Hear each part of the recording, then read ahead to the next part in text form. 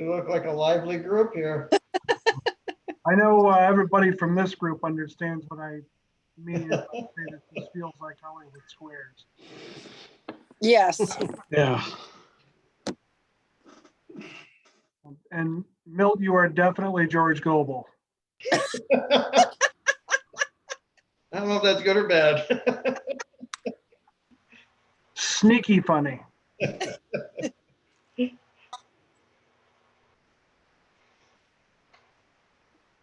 Devin, are we live streaming?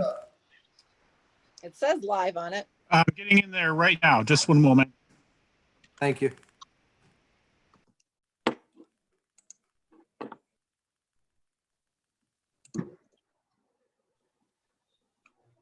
Yeah, I haven't seen the live feed yet, but I'll try it. My screen claims that we're live.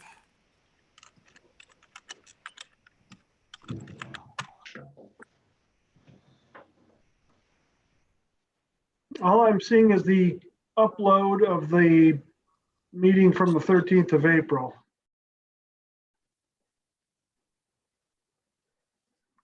Devin, are you finding it? It's loading right now. You may have to click out back onto the channel.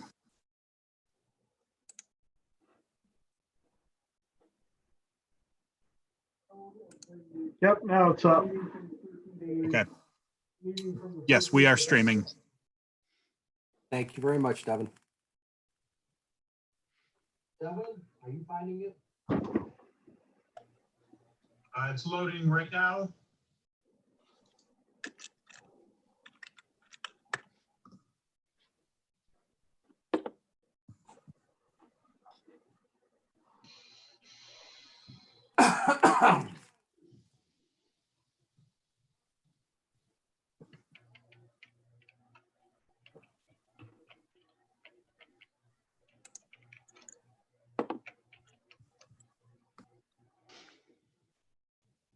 All right, we're good. Live streaming A-OK, right, Devin? There he is. Yeah, there's a bit of lag, but it is streaming. Oh, Mike's here. There he is. Good evening, Mike. Let's make sure he's connected with us audio and we'll start the meeting.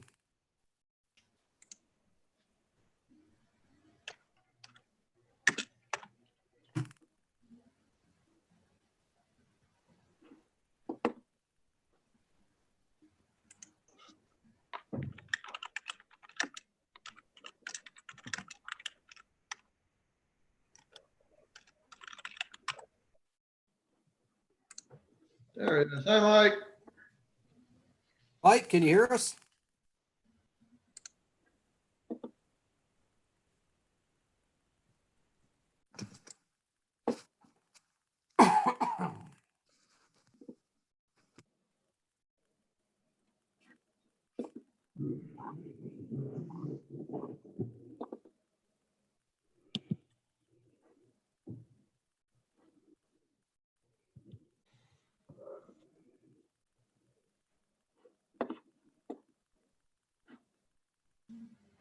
Can you hear us now, Mike?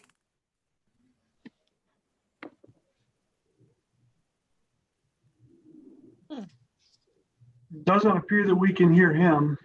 Right.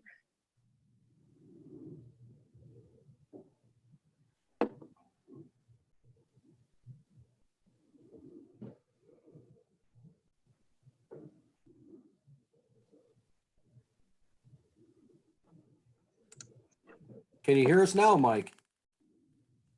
He can hear us. We can't hear you at all. Is volume down? Is he muted? Like I No, was? it's not showing that he's muted. No. How do you tell? It show go look at Devin's right now. It shows a little mic and it's crossed out. You have to click on the participants window, Suzanne.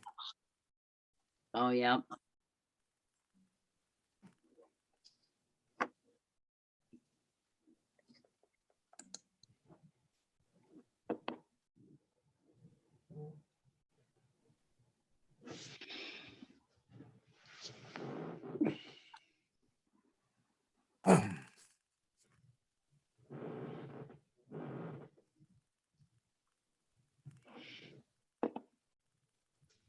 He's just gonna have to hold the sign up.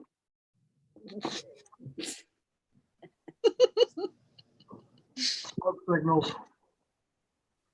Scientific and industrial, all at your disposal. What? That was me. All right. Mr. Trump's in the house. How about now, Mike?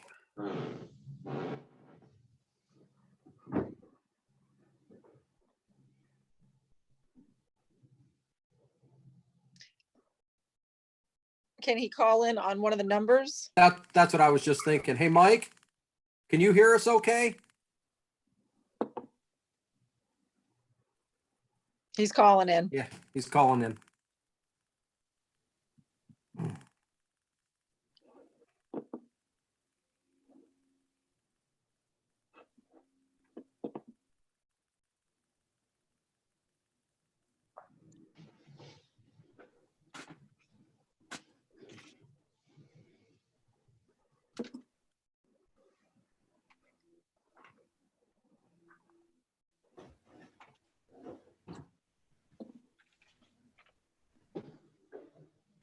This is live streaming. Those people aren't seeing much excitement.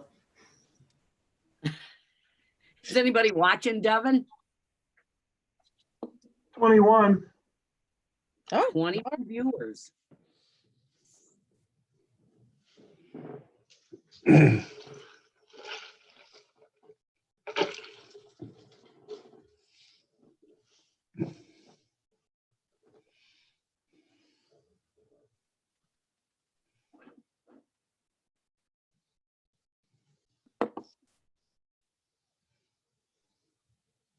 Oh, yeah.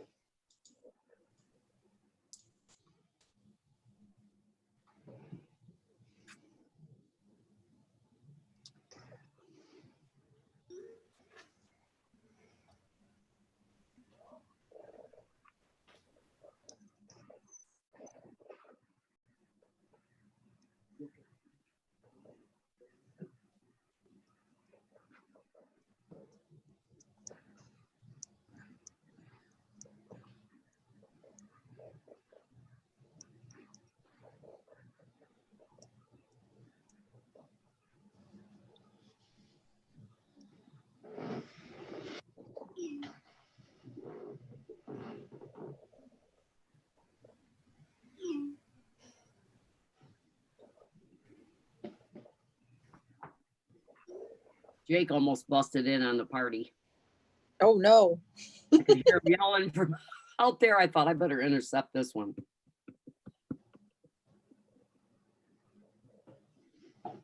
Pre-warned everyone. It's time to be quiet. He wasn't here. Oh, Tell him he'll have to pull a ballot application if he wants to try and join the team. I'll tell him. We can interview him tonight and see what we think.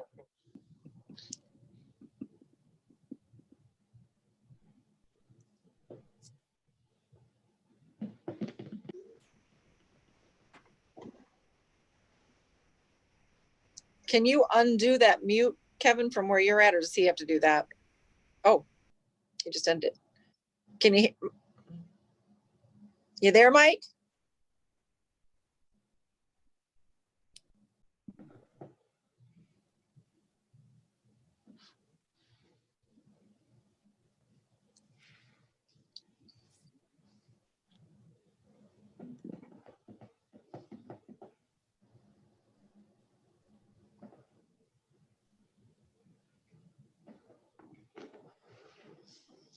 Oh, he's on the phone with Kevin. Ah, We may have to just move on and get this meeting started. I agree. I think if it's 7:10, he's not on, we just need to move on without him. There's numbers that you can call to just use the phone. Okay, I had him call in on one of the numbers, Okay, and hopefully he does that in short order. In the meantime, let's call to order this meeting of the Tecumseh Board of Education for Monday, May 11th, 2020. We have the Pledge of Allegiance led by Mr. Tim Simpson.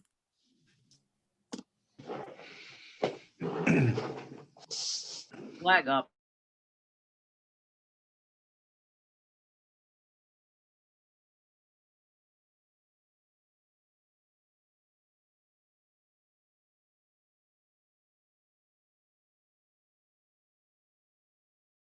America, and to the republic for which it stands, Stands one nation, nation, under God, under God, indivisible, indivisible, liberty and justice for all. justice for all.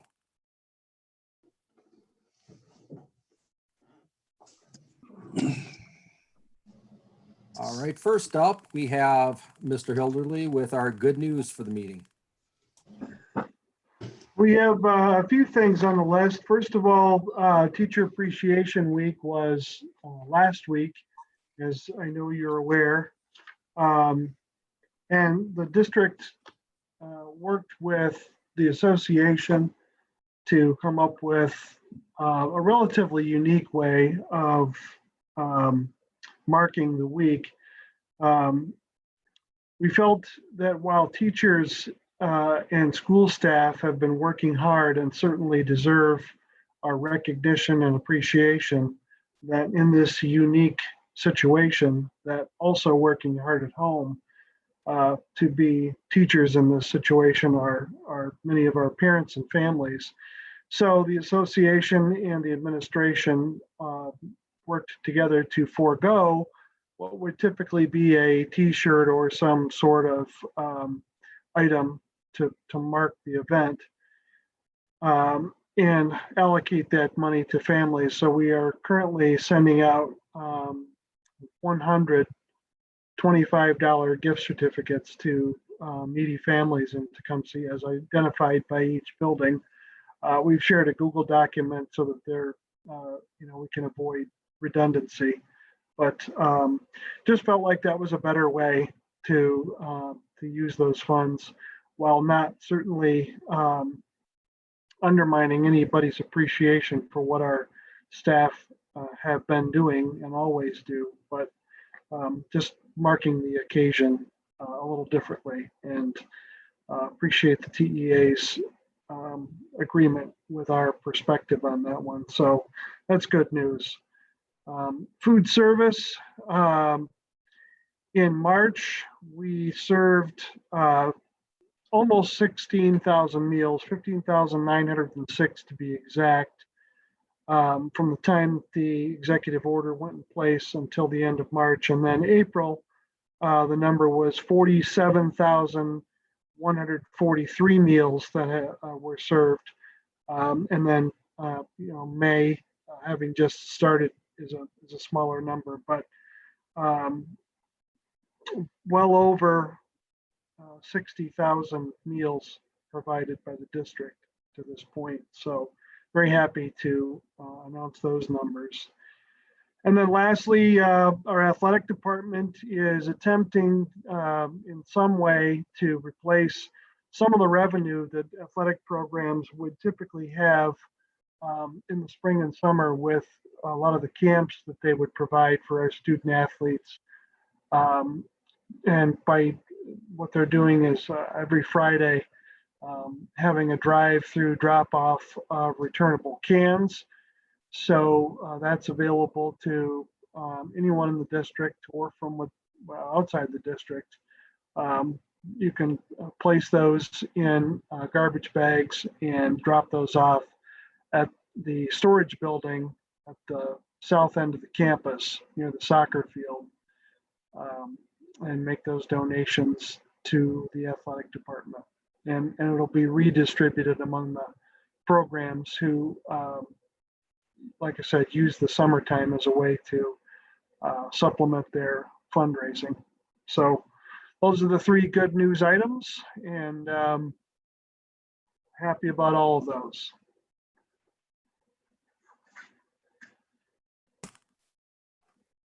All right, next up is our public comment. We had no registrants for the public comment, so that'll move us to the board agenda.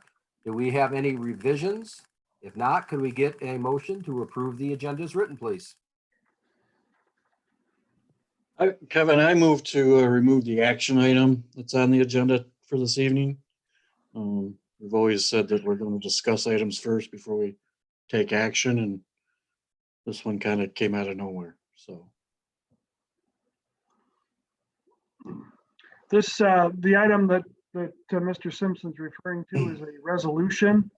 And resolutions don't require the normal 2 meetings for reading and then discussion and then action. It's an emergency provision, so it's on as a discussion item first, and then the board could decide whether or not they wanted to take action from that discussion. It's a recommendation from Neola, who provides our policy manuals, and Suzanne will talk a little bit more about it in the policy committee report. Yeah. Well, again, I make a motion to approve the agenda without the action item at this time, so. Can we just change it later if we want, after the discussion?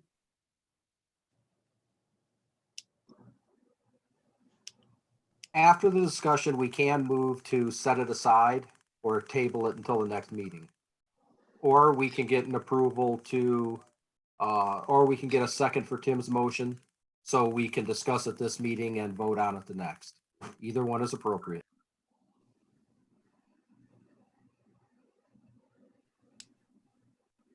I make a motion that we accept the agenda as is, and if we feel we need to change it, then we'll change it after we discuss it. Second, Second to which motion, Becky? Suzanne's. Just to clarify. We have a second. We will take a vote. Milt, Aye. Kevin, aye. Suzanne, Aye. John? Tim, No, Becky? Aye. The ayes have it. The motion carries to approve the agenda as written. First up, we have our scheduled reports on the agenda. Monthly finance reports. Give me just a second to let Nikki in and we'll start.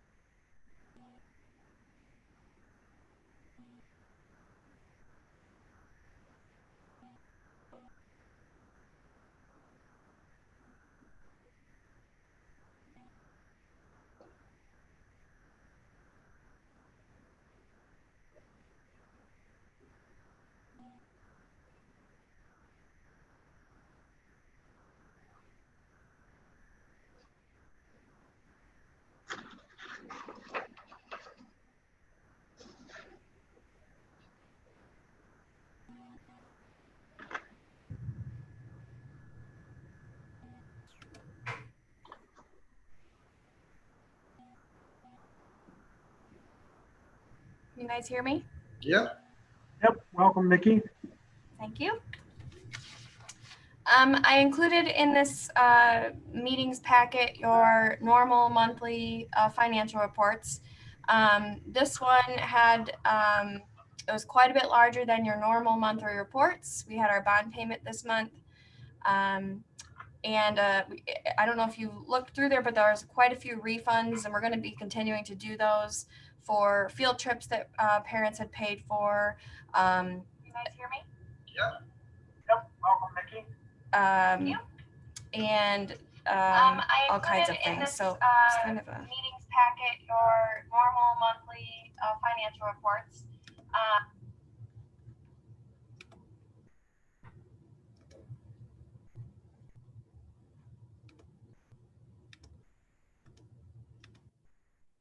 Something happened there.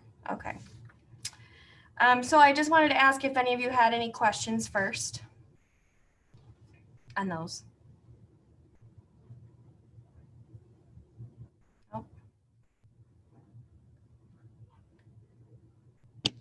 Is that the last bond payment, or do we still have a couple more payments left on that, or?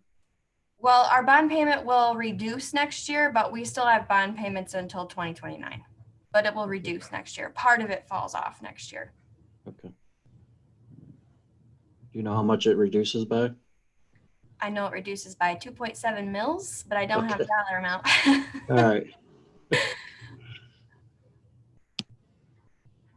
The good news about that, which is, I was going to mention this later, but it's really good, is that so last year in 18-19, we started investing those funds differently than we had done in the past, and we're able to achieve a much higher interest rate. And so as a result of that, we're actually going to be able to reduce that bond millage because legally we're not allowed to collect more than the bond payment.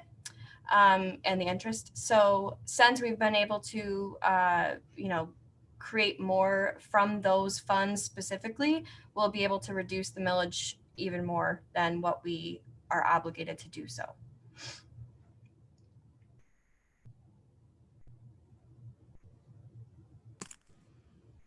All right. Any other questions for Nikki on the finance report?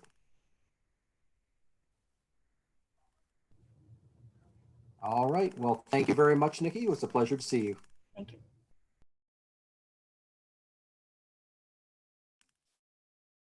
Next up, the Board Policy Committee meeting minutes from Suzanne Moore.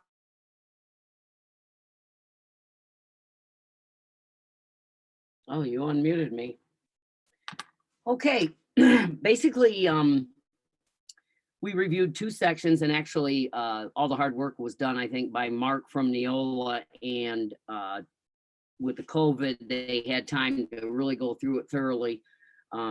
But we all met, and at the meeting we went through it again, but they had already gone through it before us, Terry and our beautiful superintendent. And anyways, basically we went through the 1000 series, and we reviewed the 2000 series, which was super long. The 1000 series basically talks about superintendent's evaluation and criminal work history, leave of absences, privacy, Affordable Care Act, medical leave, stuff like that. The 2000 is about parent family engagement and curriculum directives or development and mandatory courses in the core curriculum, Title I. Trips are in there, health. And basically, we also talked about legal updates with COVID-19 issues. The committee members, we reviewed the recent legal updates issued from Neola covering the COVID-19 related matters. Neola has provided a resolution to the board to consider approving, which would grant emergency powers to the superintendent during this time of crisis, as the resolution grants authority to the superintendent to react to certain situations by temporary waiving board policies and provisions of the board if the superintendent shall be, if he deems necessary. So within reason. We'll talk more about this when we, under discussion. We'll go into more detail, and Rick can explain, what situations he would use it in and where he absolutely would not. And that's basically it. We also went over policy 8450. The district currently has that policy. However, it was reissued, was updated to include COVID-19. So basically, we all supported all of the changes and updates, and that's going to be the recommendation from the board committee. I mean, the policy committee. That's basically it. All right, thank you, Suzanne. Next up, the Board Budget Committee meeting minutes from Rebecca Brooks.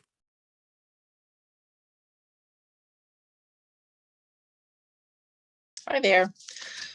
So we went over, there was a handout in your packet that was the proposed fiscal year 2021 budget considerations, and it had the final revised fiscal year of the 1920 school year budget considerations.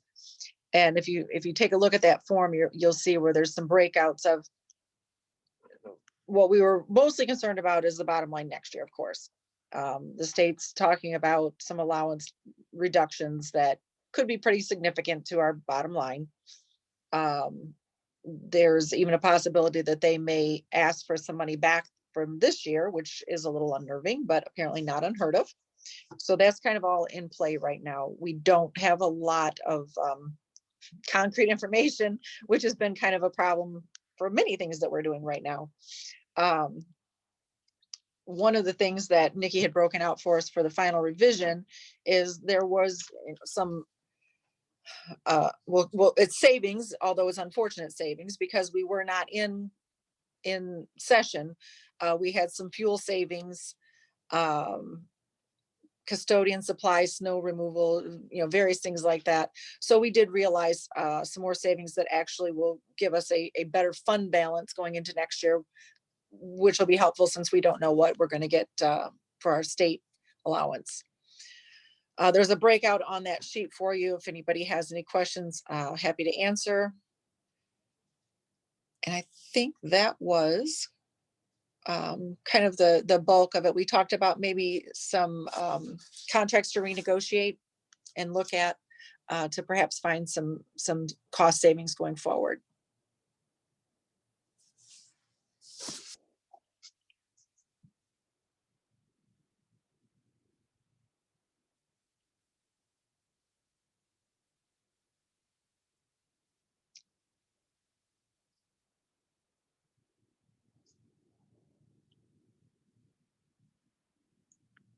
When you want to go back and unmute. Oh, sorry. Can you hear me now? Yes. I noticed when I was going through the check register that we wrote a check last month to MC Business Services for $107,000 for the copiers. It's probably too late at this point, but it would, and obviously it would have to have a vote from the board, but it might not be a bad idea to see if we could go back and change that to a lease versus a buy if the rest of the board members would agree to that.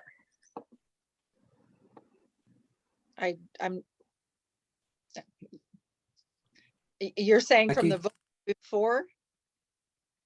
We voted to purchase copiers before all this happened. Right. But in hindsight, it might be a better idea to try to lease those copiers and save that cash for the next 5 years if we could. I don't know if we can. We'll have to bring that up under discussion items. Yes.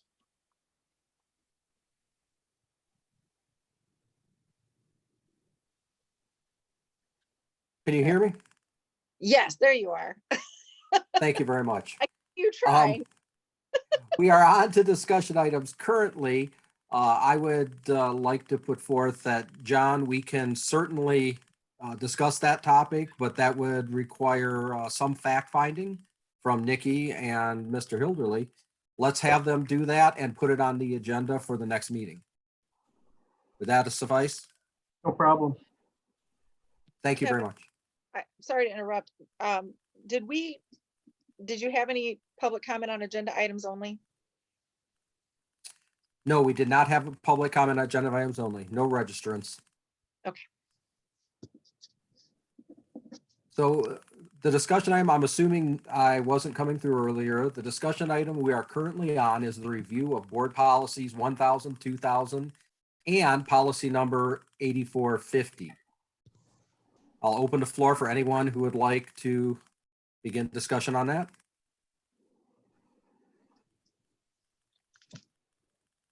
I read through the series. Tim? It looked all pretty straightforward. All right, Tim, you have your hand up. Oh, sorry. Well, I did a while ago for the report from the budget committee. Oh, Oh, sorry. it's still up. Yep. So I'm wondering, did we look at the busing at all? And because we're not doing any busing right now, and I see we're still paying them. I know Rick and I have discussed it. And I know there was an agreement with other superintendents, but it's a lot of money. And to be honest with you, they're going to make more money going on unemployment than what they're getting paid right now, the bus drivers, than what they're getting paid. Their Did we discussion do, And we did not feel that that was something that we were going to look at putting towards the board for a vote. okay, because it's $450 some thousand. We're not going to look at that. I don't know that those numbers are accurate. I'm just going based off of what the monthly spend is on it. So, Well, we have contractually, we have $193,800 that we pay to first student. every month. Correct. Okay. So that is, So there's 2 months. so that's what I'm saying for the savings that you'd realize for the things that you had brought forward, it wouldn't equal that much. Okay. That was So, what that we talked about, perhaps. so it equal 380,000 because of April, May, part of June. It's a lot of money. It is a lot of money, but it's not contractually. We are in a contract to pay that at this point. So Okay.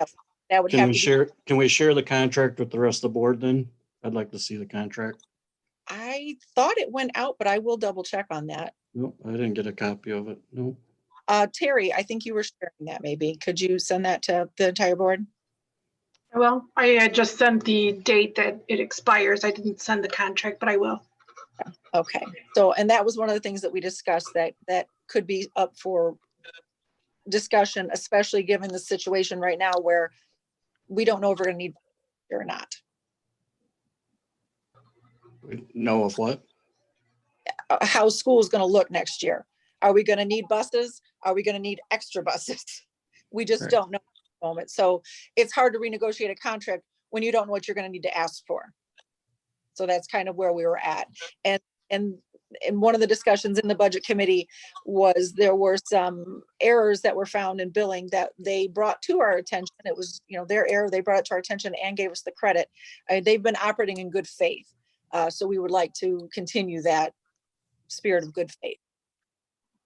Okay. Yeah, I'd like to see the contract because again, it's a lot of money that could be raises for the teachers moving forward. So, especially since we've been talking about maybe extending the contract and so forth. So, that's a lot of money. So yeah, I'd like to see the contract. So, yep. John, you had something to add? Yeah, I just wanted to mention, we did discuss busing during the budget meeting, and I think we're toting a fine line by trying to renege on a contract. We don't own buses. We don't have a bus service. We're working with First Student and we have a contract with them. I get that they're not,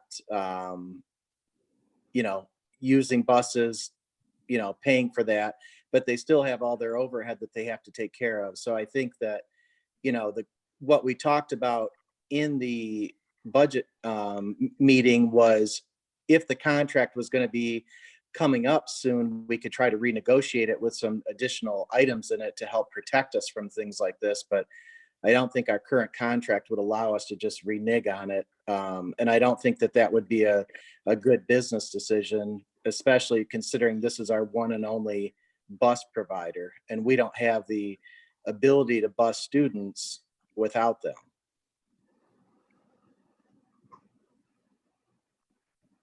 As I recall, that contract is good until 2029. So, but like I said, we also discussed the possibility that with the current situation, since we don't know what we're going to need going forward, that they may be willing to renegotiate with us, just because of the fact that the situation has changed so drastically that no one could have foreseen. So we'll see. Budget committee's on it. Okay. And do we know if First Student applied for PPP loans at all, or?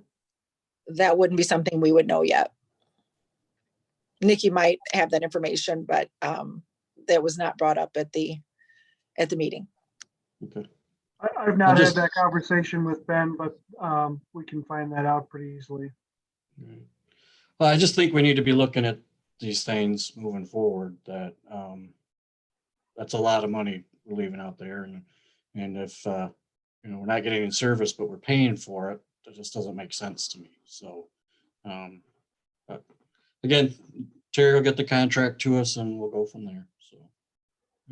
Suzanne, did you have something to add? Yeah, I was gonna say, can you hear me? Yep. I was gonna I say can that hear you. my main concern, and always has been with busing, is that we have no idea who we're busing. And we have a lot of empty buses, I think, running routes that, where we could do better. I just think and I know he was working on that, on getting a list together, because we had kids from several years ago that already graduated that were on the route, I think, and they were cleaning that up. And I just want to make sure it's completely cleaned up and it will be kept up to date. And then number two is we probably have a lot of kids in the high school that cannot ride the bus if they're driving. I mean, I think we should at least compare kids who get a parking pass and ask people, especially 9th through 12th grade, or even younger, parents, because a lot of parents want to drop their kids off. They never ride the bus. So we shouldn't be stopping at those houses if we don't have to. Well, and I want to make it perfectly clear, I'm not, trying to kick the bus drivers off to the curb either, but I know for a fact they're going to make more money if they were to file unemployment right now and got laid off. Right. With the $600 stimulus that the federal government is kicking in, they were definitely would be better off. So yeah. Financially, you're probably correct, but they specifically do that. I don't know what they make. I mean, really, so I can't say, but they specifically were interested in being laid off. They are coming into the bus garage. They are performing some tasks around there and maintenance and that sort of thing. And they would prefer not to be laid off. So, and for the time that's left, we felt that was fine. But they could make more money being on unemployment right now. You broke up. I'm sorry, what? I said, you've spoken to all of them on that and they know they could be making more money on unemployment right now with a $600 extra that the feds are kicking in. That they had been spoken to and that they would prefer not to. I mean, clearly we didn't go speak to them directly, but their representative had told us that, correct? Okay. John? Oh, go ahead, sorry. Are the bus drivers our employees or First Students employees? They're first student employees. So we have no control over what they do. I mean, we have to pay this contract no matter what. The contract is for busing services. The bus drivers themselves work for First Student. We have no control over that and we don't pay them. So it's not our, we have to pay the contract for the bus service, whether they put their bus drivers on unemployment or not. It's still, I don't think it's a relevant point to trying to save money because they're not our employees. Well, just something to keep in mind with all of this. Like I said, we don't know what next year is going to look like. If it's virtual school, I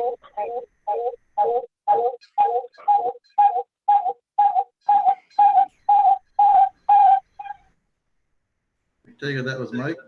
Yeah, that's Mike. Yeah, there you go. Okay. So if it's virtual school and we don't need a bus, there's that. But then you've got the other situation where if we have to figure out busing with social distancing, we may need more buses, more bus drivers. We don't know what it's going to look like.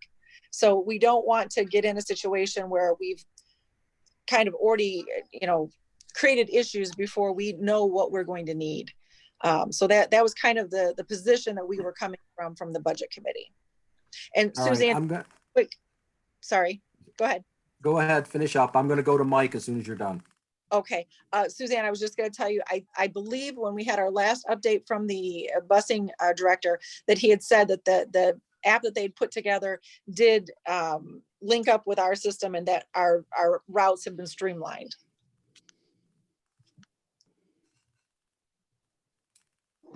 Mike? Yeah, I turn had off your computer sound. Oh, that'd be great. Or maybe step away from the computer while you speak. Is it off? No, just, Okay. No, the only question I have is what is happening in other districts? I mean, we're not the only one that have a contract with the private company to do our busing. What's going on statewide? Most other districts are paying their contracts. One of the things, this was brushed up against in this discussion, but one of the cautions that we have received from our legal advisors is that in terms of these third-party contracts, it's possible, as John pointed out, since we don't control what these companies do with their employees, it's possible that a company could reassign their employees to take a position somewhere else, doing something else in the organization. And if that employee denies that position, then they would lose their job. So they asked us to just be careful of those things and mindful that taking care of our employees through the third parties is something that boards want to consider. I can speak directly about the county that none of the county school districts have opted to lay off their bus drivers, whether they own the employees or are provided to third party companies. Yeah, there's only a few weeks left this year. We don't know what's going to happen this fall. I don't think we should be messing around with it.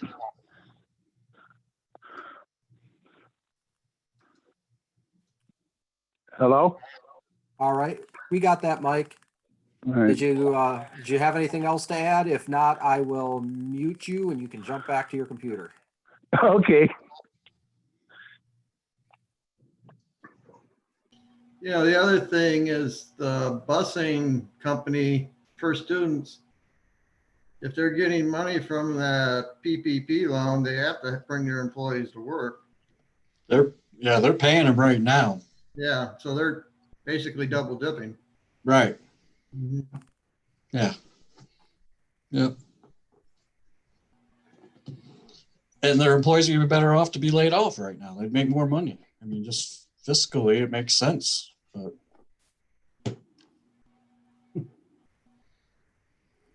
Well, I believe it probably bears more discussion. However, they are their employees and we hold a contract with them for services. Even if we stop paying them, there's no sign that they would lay the employees off for the next month. I think that's something to consider is we aren't talking about employees. We're talking about paying a contract we have. What the company does with the money and how they treat their employees is beyond our control. right. Yep. All right. Any further discussion on the busing? All right. Let's move on to next discussion item, which is a review of the resolution granting emergency powers to superintendent. Tim, you wanted to discuss this earlier. Would you like to lead off? Sure.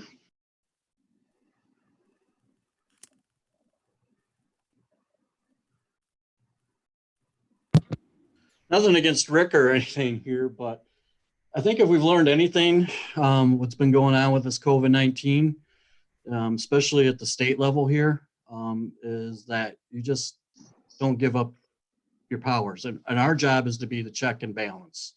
I mean, if there's any kind of emergency that Rick needs funding for, we can have an emergency meeting immediately.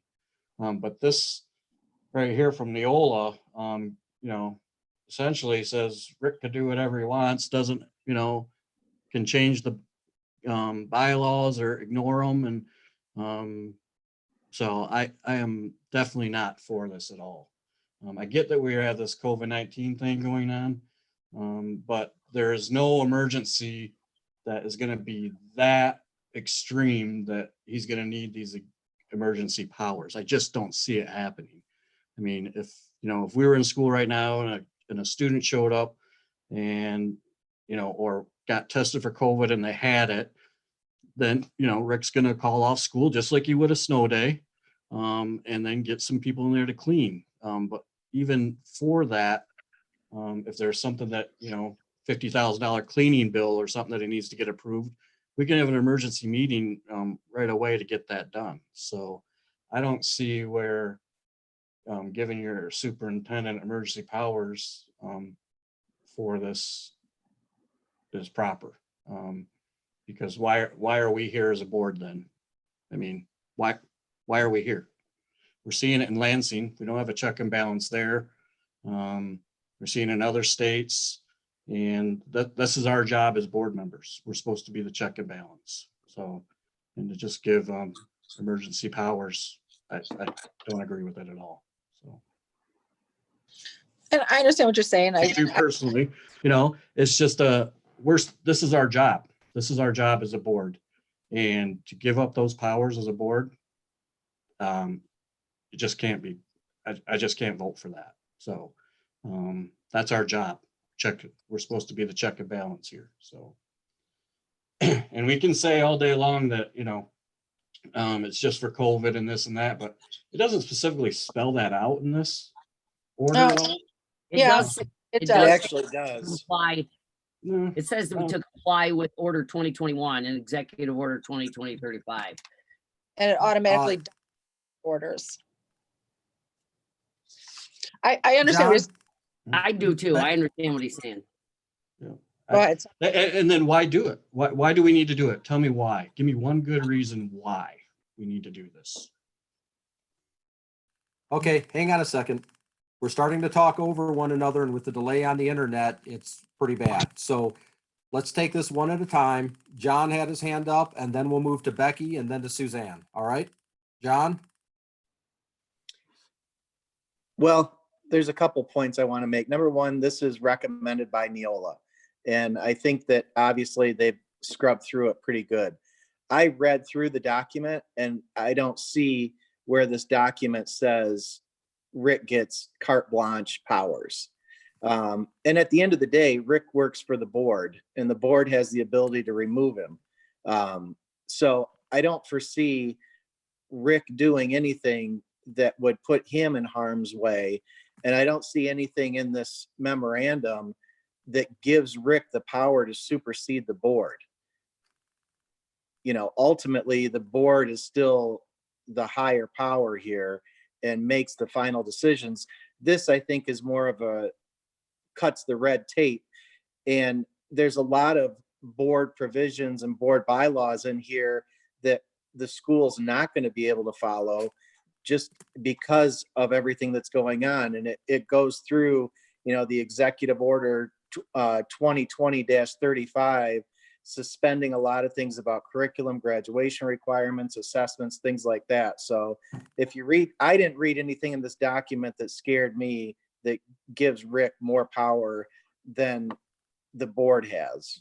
But that's my 2 cents. Becky? I would parrot what John said. I know Tim's feeling on it. I do. But I also feel like, as John said, Rick's not going to just take this and go crazy.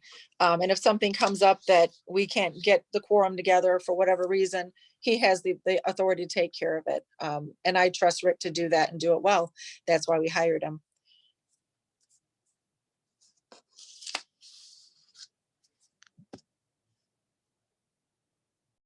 I can't see myself anymore over the side here.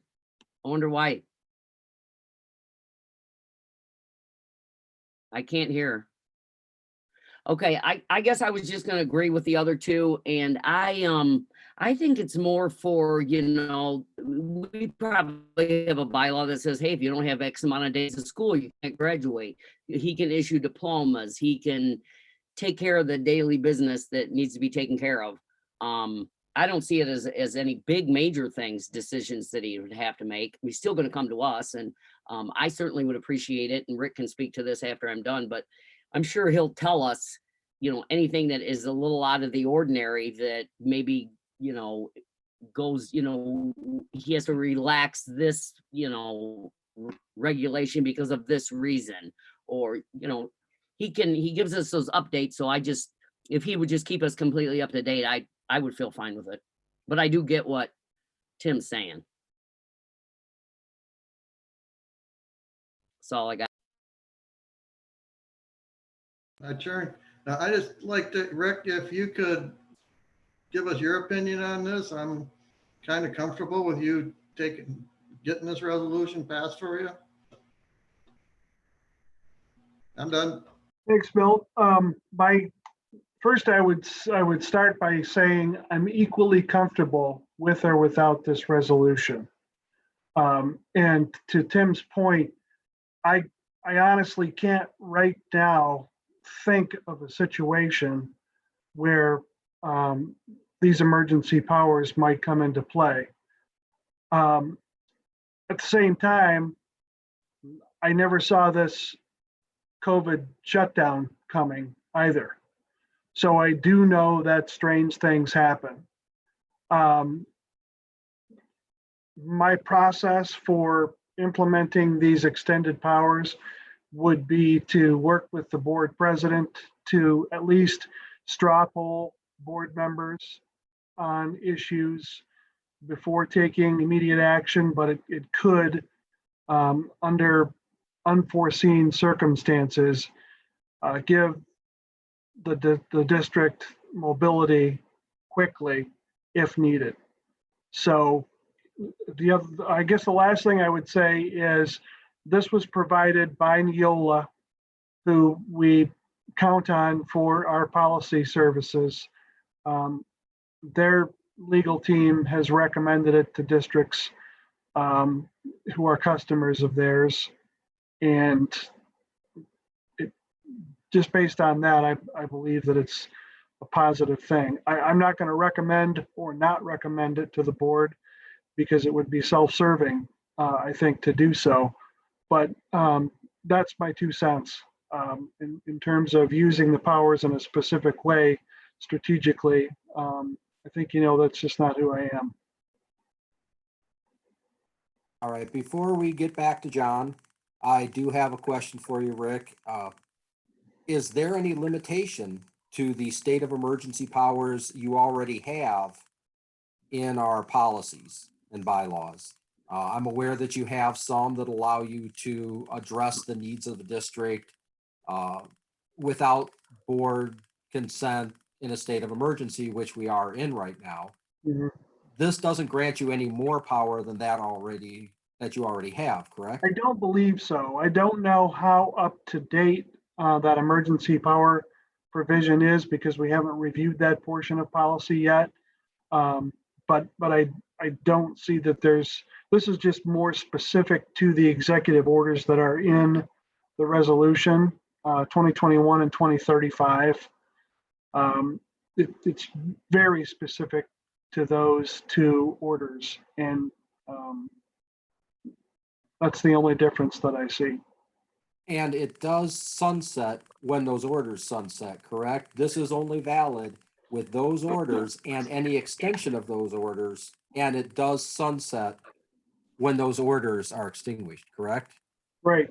Item 3 of the resolved statements is clear about the temporary powers. All right, thank you. John, you are up next, and then Tim has the floor after you.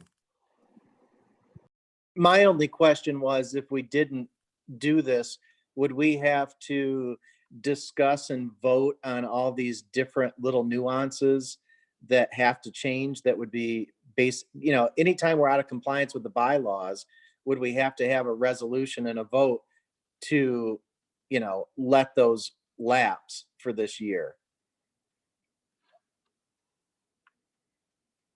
I'm done. The other thing is this doesn't even address the current executive orders. These executive orders that are in here have been rescinded and new ones have been issued. And so this document isn't even accurate at this point. So anything that we were to grant him now doesn't work. So 2021 and 2035 have been rescinded. And there's new orders for those. So this document is new and so we can't even vote on it until we get some new stuff from Neola because those executive orders are no longer in effect. I would agree with Tim in that regard, that just in this last week, we have seen those orders sunset and new orders replace them. I don't know, is they're considered extensions? I don't believe they are. However, it is important to note that the superintendent does have emergency powers in a state of emergency to handle things already. And if this doesn't convey to him any greater powers, then I think it, supported or not, won't make a difference functionally. It's just one more piece of paperwork or another resolution we're adding on, which if it's going to sunset with those orders and it's already sunset, or even if it sunsets in 2 weeks, I don't think it's probably necessary to do it personally. Well, that's my 2 cents on it. Does anyone else have anything to add?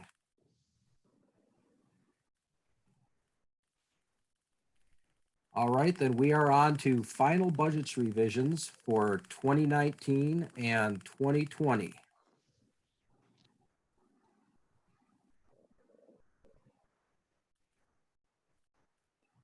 Is Rick, were you going to present this, or was Nikki going to present? I think that the final budget revisions is something that Nikki can talk to or answer questions on. And then probably jointly, she and I will talk a little bit about fiscal 2021. Okay, stand by just a second, please. John, you had your hand up. Was this on the budget revision or the previous discussion? The budget. But I'll let Nikki go first if we want to let her go. There were a couple items that we discussed in the budget committee meeting that I wanted to know if she had any more information on it. Okay, after they present, then we'll get to that. Nikki, Oh. floor is yours. Oh, thank you. So in your packet, can you?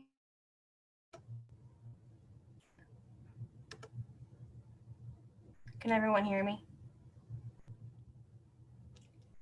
Yes. Okay, so in your packet was your normal reports. So you'll see on the resolution sheet for just general fund, the one that shows a column for audited actual, projected first revision, kind of the life cycle of the budget for the 1920 year. You'll see there in the right-hand column is the budget that you've been given for final revision.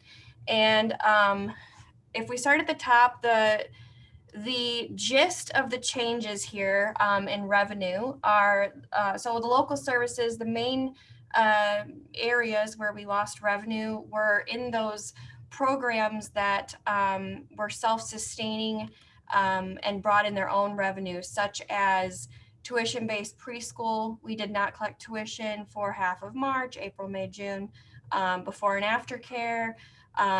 We did not have anything collected for athletics for the spring.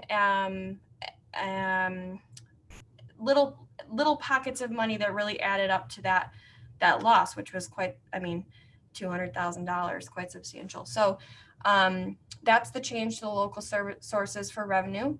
State stayed the same. The order was that, if you employed your staff at the beginning, the order said that our state aid would not change. So it's roughly the same. Federal sources, that line basically just mirrors the expenses. So what we spent in federal on the expense side, we will receive on the revenue side. They'll just even each other out. So that line really just depends on how much we spend in our federal grants and how much we're carrying over from year to year. And that's Title I, Title II, Title IV. And then the 500, 600 revenue line, that's the special ed money from the ISD, and then other small transfers in. So in total, really the meat of the cut to our revenue there, that 200,000, it's really just those local sources in those programs that I mentioned before. Expenses.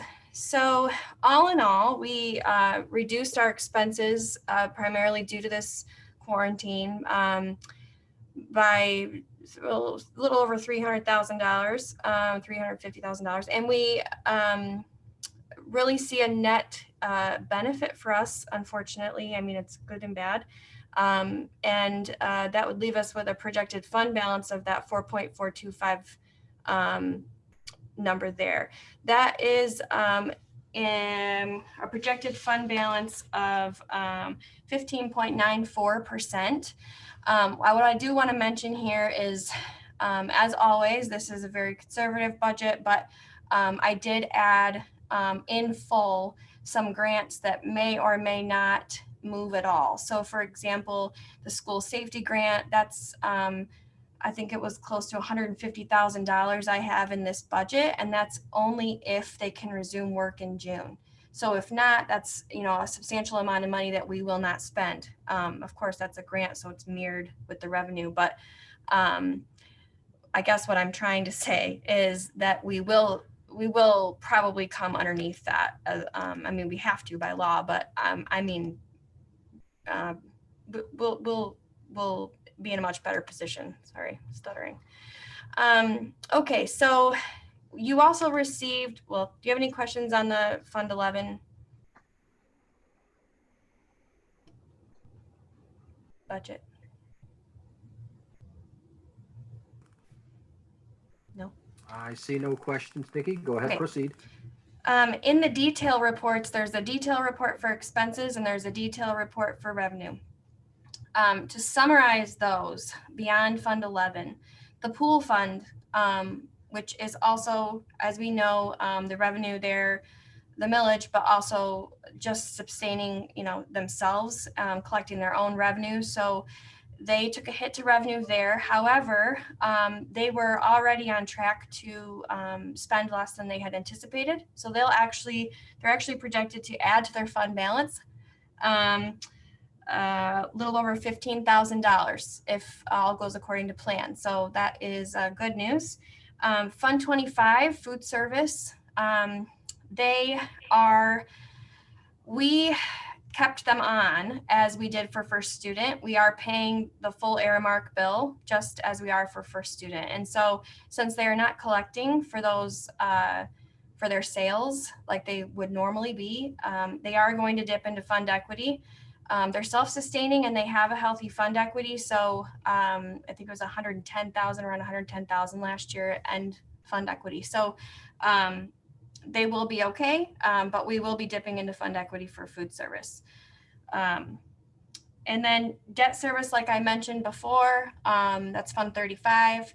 That fund will result in a lower millage for next year because we're making up more money than we had originally anticipated in interest. So the things that I think John had asked about was on that original sheet that you saw from the budget committee meeting. Down the bottom half is in regards to final revision. And I had put there that utilities, we were on track to save $10,000, around $10,000. We received our April bills. In April, we saved $11,400 compared to last year's electrical bill. That's just electrical. So $11,400 in 1 month saved in electrical. And then $1,500 in gas, which I'm assuming will just dwindle to probably nothing since gas would have been turned off in May and June or very low anyway. So that's around $12,500 a month. And I had only planned for $10,000 in all. So we're looking at a much better situation there too. And then there's one more question, John, that I don't remember what it was. It had to do with copiers, I think.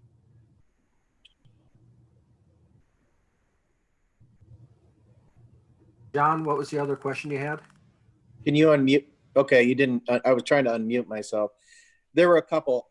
One was the excess excise taxes that we were going to go back and ask first student about to see if we could get that revenue back going beyond what they originally said. There was the cost of closing the buildings. If we were doing virtual, just to know what that number was. We had talked about potentially doing something with our contract with First Student. I think those were the big ones. And then the move costs. But I don't think those weren't in the budget. We were just going to pull the move costs from, I think, the strategic fund or the capital fund. Yeah. So capital projects has, at the end of this year, and have a little over $100,000 left that we will roll over into next year. And depending on the decision that's made regarding the move, that would be used for the move if the move were to, move forward this summer. But other than those funds, there was not a budget in place for the reconfiguration. We were anticipating putting a budget together and putting it in next year's budget for July and August. And we will do that depending on the decision that you guys make for this summer. In regards to First Student, I have not contacted First Student. I do need to speak with Rick about contacting them. I'm not sure if I should be the person contacting them, but we can contact them about the excise tax issue. Yeah, that's a substantial amount of money. So I think the only other thing that I had asked Rick to take a look at was just to make sure that someone is going through the buildings and making sure that the temperatures were set at a reasonable, temperature, all the lights were off, everything's unplugged, things like that, just to try to cut down on our energy costs. But that's not part of the budget.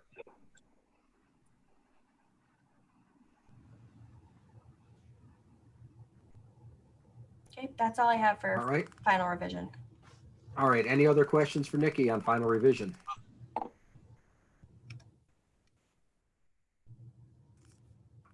All right. That looks like it'll bring us right to the 2020-2021 budget assumptions and projections.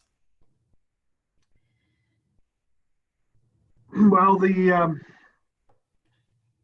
I think the primary thing that all of us are waiting for in central administration across the state is the economic projections report that is due on May 15th. That will be far more specific in terms of what revenues are projected to be lost due to this COVID shutdown across the nation. Right now, the range that we're being told is anywhere from $1 to $4 billion.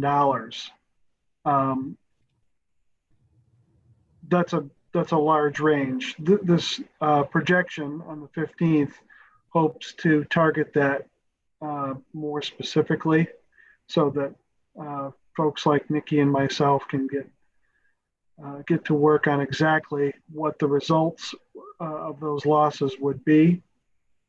However, in anticipation of that, we've been recommended and have tried to be somewhat proactive in terms of setting some tiers for what budget reductions could look like. So on the proposed fiscal year 2021 budget considerations, we are looking at cuts from $200,000 all the way up to worst case scenario of $680 per student to our foundation allowance.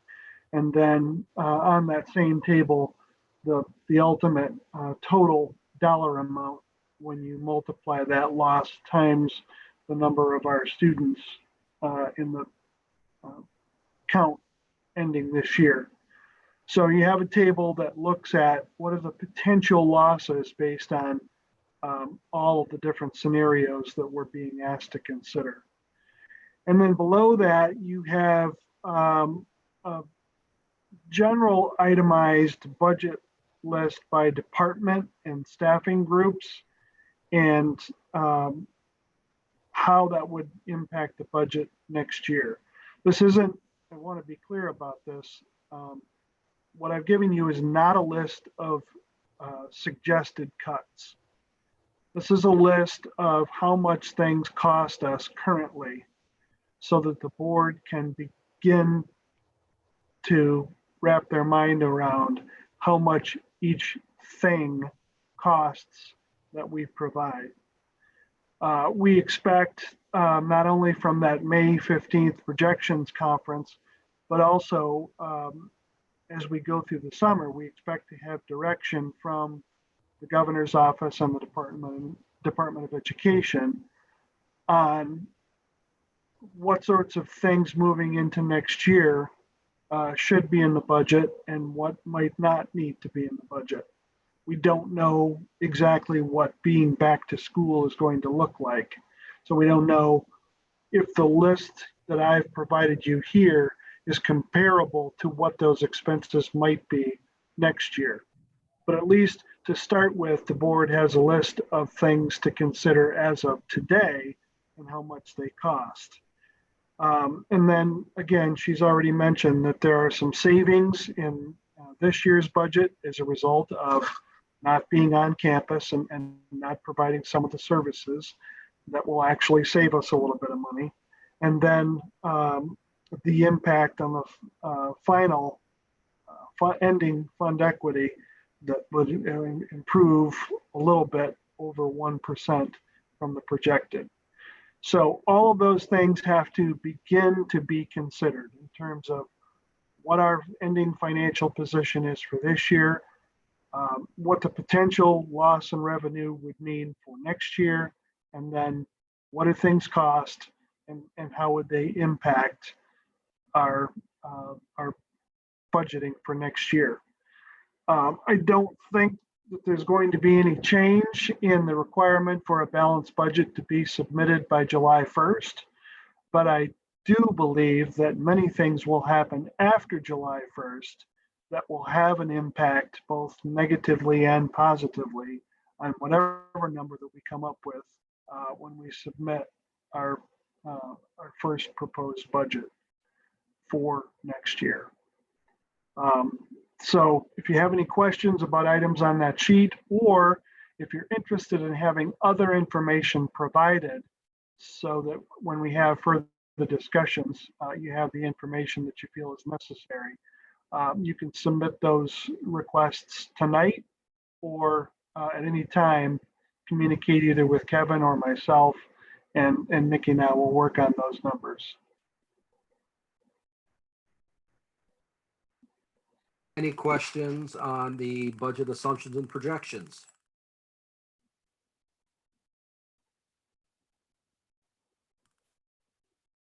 All right, moving right on to the date for our truth and taxation and budget hearing.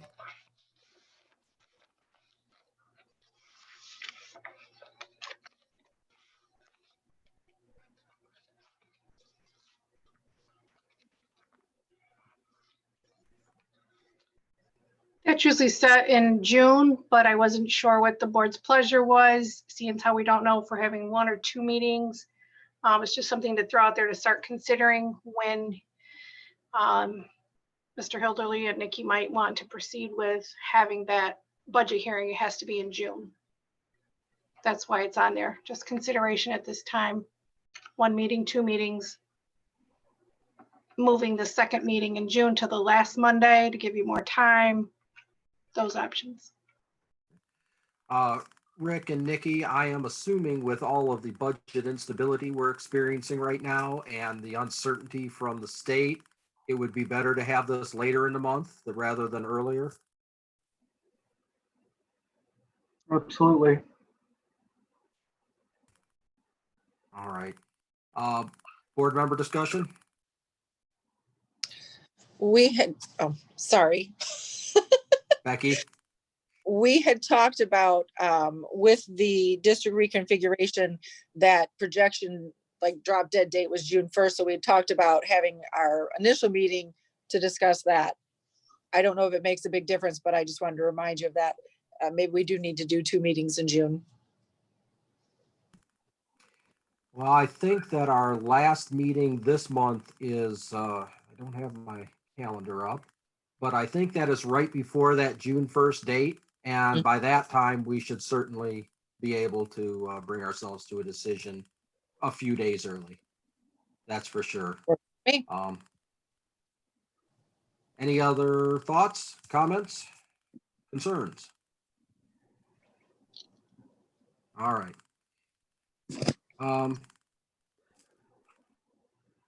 Food service contract extension for 2021 or 2021. This is a 1-year extension of the existing contract, correct?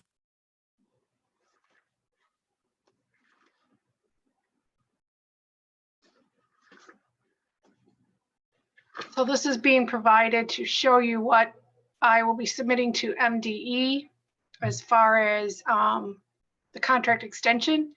They actually have to approve it before it comes to the full board, but it's being shared with you so you see what the numbers are. Were there any questions on that? Yeah, so we're not approving anything yet or signing any contract at this point, correct? Just submit it to the state and then revisit it, correct? When the board approved the contract last year, it was for 5 years, and each year extension has to be approved by the board and MDE. Okay, So it's a formality of what you've kind of already done. okay. But we still have to approve the extension, correct? Correct. Year by year, the extension gets approved. Right. Okay. All right, we'll be sending that to MDE for their approval and then come back to us for our final approval on it, correct?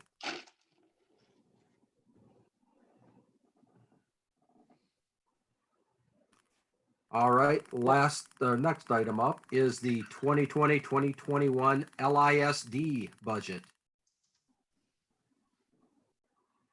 That meeting was held virtually, and Tim Simpson and I represented the district by listening in. The ISD saved a little money and probably even more time in that they didn't have to serve dinner to that group. Although I appeared in that Zoom meeting without video, so I could say truthfully that I did have a meal while that meeting was going on. But nothing remarkable from that meeting. The county superintendent admitted that while the numbers in the budget were proposed, that he fully expects that they'll change. And again, not knowing what those changes might be, there'll be revisions. Tim, anything else from that meeting that you remember being something worth mentioning? Not really. I mean, it's pretty straightforward meeting. It was pretty quick. I think what, 40 minutes if that. So it was pretty straightforward. I mean, again, they're in limbo just like the rest of us. How are you going to do vocational classes when you can't be in person? So that was discussed a little bit, but other than that, nope, looked good to me. All right. Last thing on our discussion is the district reconfiguration.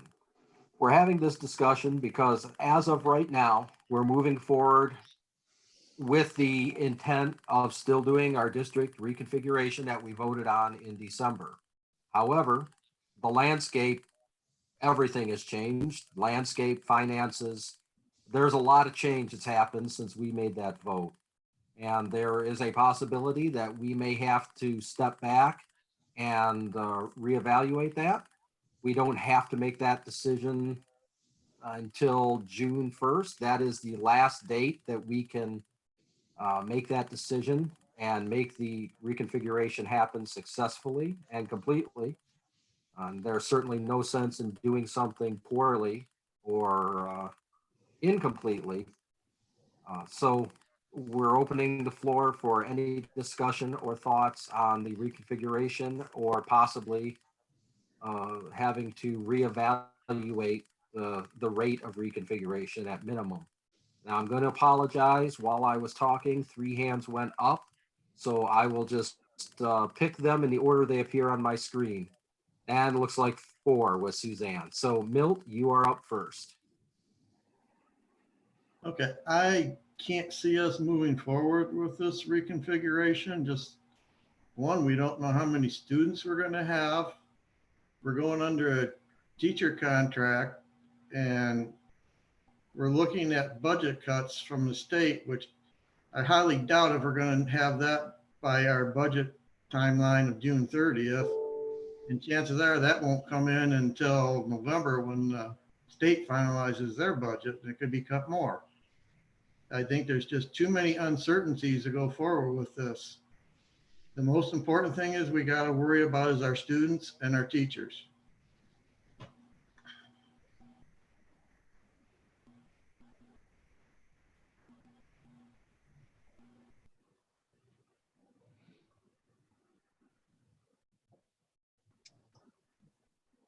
Can I unmute? Becky? Becky, you're up. Okay, I can see your lips moving. So I agree with Milt. Right now, we just don't know what's going to happen. We have no idea what we're looking at, what this landscape is going to be, and that makes it very hard to make any choices. But I want it clear that this is not a put off forever. This is we're going to go to plan B, and it becomes a 2-year event, provided, of course, that we get back into a normal school routine. Right now, we don't know what a normal school routine is going to look like. And that just makes this reconfiguration too hard to plan. We may need social distancing in the schools, or we need to use every square inch. We just don't know. So with that being said, I think we need to consider not moving forward at this time. John? Yeah, when we were at the budget meeting, I asked that we add this to the agenda, and mainly because this next year, it's obvious based on everything that we've heard that we're going to have to save every dollar that we can. So I think, things have changed dramatically since we took this vote. And not only can we not afford to spend additional money, but we need to be looking for ways to save money. So I think once we understand what our budget's going to be, we need to look back at this reconfiguration and see what makes the most sense right now. But I don't think it makes any sense to do the full boat, 1-year reconfiguration like we had voted on at this point in time. That's it.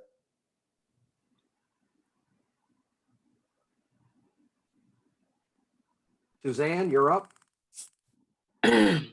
While I do agree that we have no idea what kind of money we're going to come up with for next year, I value the kids and what they need first. And although I might be in favor of a partial move, as of right now, I still think we should continue down the road we were going to continue down. If we have to do a little less painting, or we have to think outside the box and get people to help out in the community, I think it's a draw to go back like it was. That's kind of the whole point of us getting elected, and I think people are expecting that. I do think they would understand, but I just think it would be better for kids if we did make the move. So I'm all in favor of continuing to do it this year. And I don't really think CMU's already announced that they're going to have classes this fall. I personally know this is an election year, and things seem to heighten as far as emotions. And if we can get back into the schools and this lockdown is over with soon, I don't see a problem with moving, and I see classes going on like they did last year. Maybe some parents might hold back. We might have more kids in the virtual academy, and I certainly think we should look down that road. It's going to be whatever people are comfortable with, but I think they're finding this is not affecting kids, and in fact, isolation is not good for your immunity. And I think we should march forward.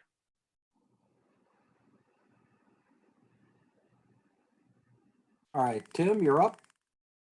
Yeah, I agree with Suzanne and I agree with John as well. You know, what we've got to do here is we got to be thinking long term.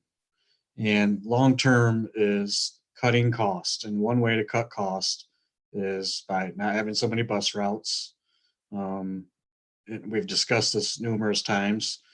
So this is the problem with organizations that say, oh, I got to cut this, I got to cut this, I got to cut this. We're not thinking long term. And we need to think long term. What's better for the students? Moving them now? What's better for the district? Saving money by busing. We've got the money in our fund balance to do this. People want it done. That's why we're all sitting here. And we could start doing it right now. I mean, there's no reason we couldn't start doing it right now. Start moving these things right now. I don't see us moving the 5th and 6th graders from upstairs to downstairs. It's just more manpower, more hours, but I do see moving the 7th and 8th graders over to the middle school and moving the 2nd graders to early learning centers like we voted on, and the 3rd and 4th at Patterson and Herrick Park. And that's what we voted on. And we can't become a wish-washy board and keep changing our mind on things. We've got to move forward. We've got to save money. I know sometimes you got to put money out to save money, and that's what we're going to do. So I'm not even for putting it back on to be voted on. So yep, we need to move forward. We had a plan, keep going with the plan. I understand we're in this new world, but things are going to get better. The state is gaslighting right now on how much they're going to cut. You know, our property values haven't dropped that much. Okay. I know there's some tax, you know, gas prices are down, so they're not collecting as much tax from that, but it's not like the economy dropped out of the bottom and it's not going to ever recover. So, you know, it's a 4th quarter recovery and we'll be back at it. So, anyway, those are my thoughts on that. So. All right, John, you're up next. I'll agree with part of what Tim said as far as, you know, we need to do what's best for the students first in the future. But the reality of the situation right now is, based on the information that we have, we're going to have to save money. And we do not have an unlimited fund balance. You know, if we take, you know, $1 million hit, $2 million hit 1 or 2 years in a row, then it's gone. So we have a responsibility to the community as well as the students to make sure that we keep these schools funded properly. And we don't know what we're going to have as far as classrooms go. The other piece of it is we still have a shelter in place. We cannot have people in the schools right now moving. Unless Rick can correct me, I'm pretty sure we can't be doing anything inside the schools right now, other than maybe cleaning.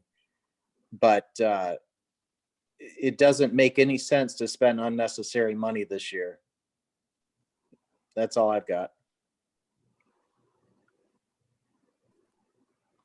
Milt, you're up. Okay, back on the financial end of it, just alone, we are being told we could take a $200 per student hit up to $680 per student hit. And we do not know how many students we're going to have with this COVID. I mean, parents might just be plain afraid to have their children come back to school. To spend up to $1 million just to move classrooms around is crazy. Period.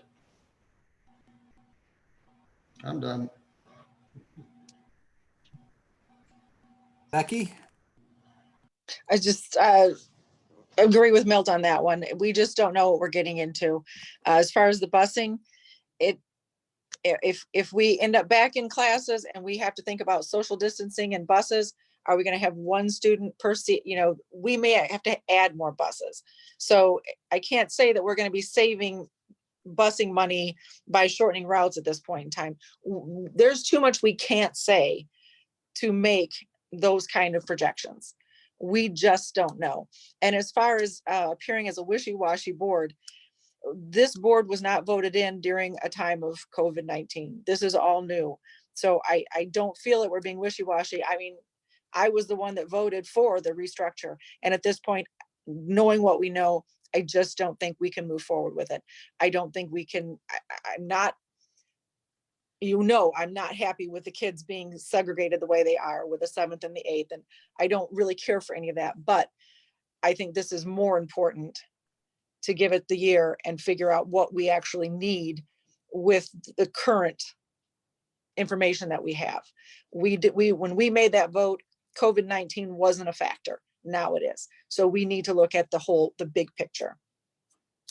That's all. Tim? Well, first of all, it's not $1 million to move the classrooms. I don't know where that number came from, but it's not $1 million. I think I saw something like 120,000. So I don't know where the $1 million number came from, but never heard of that. So the second thing is, when you go through cuts like this, if you have to go through cuts, organizations, you just don't start leaking money. You have to make cuts when that happens. And making the move is going to save us money over the long haul. And that's what we have to look at long term. We can't look at the short term right now. We need to look at long term. And if we need to make some cuts in the short term because our funding is down, then we'll make some cuts. That's what we have to do. But overall, we have to look at the long term, what's best for the school, money wise, and for the students. That's what we're here for. I understand everybody's a little paranoid about this COVID thing, but we've got to look long term. And this is where organizations make a mistake. And this is where they get into trouble financially, because they aren't willing to make the hard cuts, the hard decisions that need to be made if you're not getting enough funding. You see this all the time in the public sector. I mean, Detroit was notorious for it. I mean, how many times did they go bankrupt? So you've got to right size your organization for your funding. And, and if we're going to take a $600 hit, it might be more students in the classroom because we can't control that. So we've got to look at those things. But if we're not looking at them out for long-term and short-term cuts that we might need to make, then we're not doing I don't feel we're doing our job correctly. So. Suzanne? I also want to say that Tim's right in the sense that we will save money in the long run being in that new configuration, and the students will be getting what they need. And how many students might we lose if we decide not to do it? I mean, you can look at it that way too. That's a big problem to not have a middle school, where they can go to a real art class and have gym. And I just don't think we should, for $100,000, I don't think we should sacrifice one iota of, education for our kids. And I think the move furthers education. And I think it should have never happened that we put, 7th and 8th graders in elementary buildings. But now that we have and we've decided to move them back, I just think we would be doing a disservice to the community for $100,000. That's nothing compared to our budget.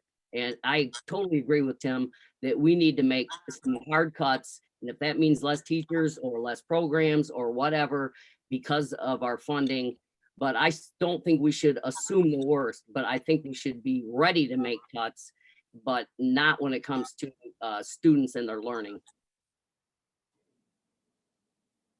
John? Yeah, now I've heard two people mention that we're going to save money with this reconfiguration, and I don't know that we've ever discussed saving money with this reconfiguration. This reconfiguration was totally about better serving our students' educational needs. It was not a savings of money. I believe that there were some very minute savings in busing that we were projecting, but we still don't know the bus routes, and we don't have a confirmed bus cost for this reconfiguration, as far as I understand. And the move is not going to be 100,000 or 120,000. We know, based on the information that we've seen, that the previous big move was at least $500,000. Now, this move is not going to be as intrusive as the last move because we're not ripping up gym floors and everything else. But there's no way we're going to do this move for $100,000. And in a time when we desperately need to make sure we're saving every dollar that we can, $100,000 is a lot of money. You know, we could have saved that $100,000 by not buying copiers, and, you know, instead of leasing them. But there's a lot of things that we need to look at here beyond just the potential minute savings that we may have from this reconfiguration, because personally, I don't think we're going to save money with this reconfiguration. I think it's going to cost a lot more than $100,000. And the big thing is, we don't even know how many students we're going to have next year in the classroom and what the classroom is going to look like. So to even think about trying to spend a dime on moving right now, I think is foolish. That's all I've got. All right. Is there, oh, Mike? Hold on a second.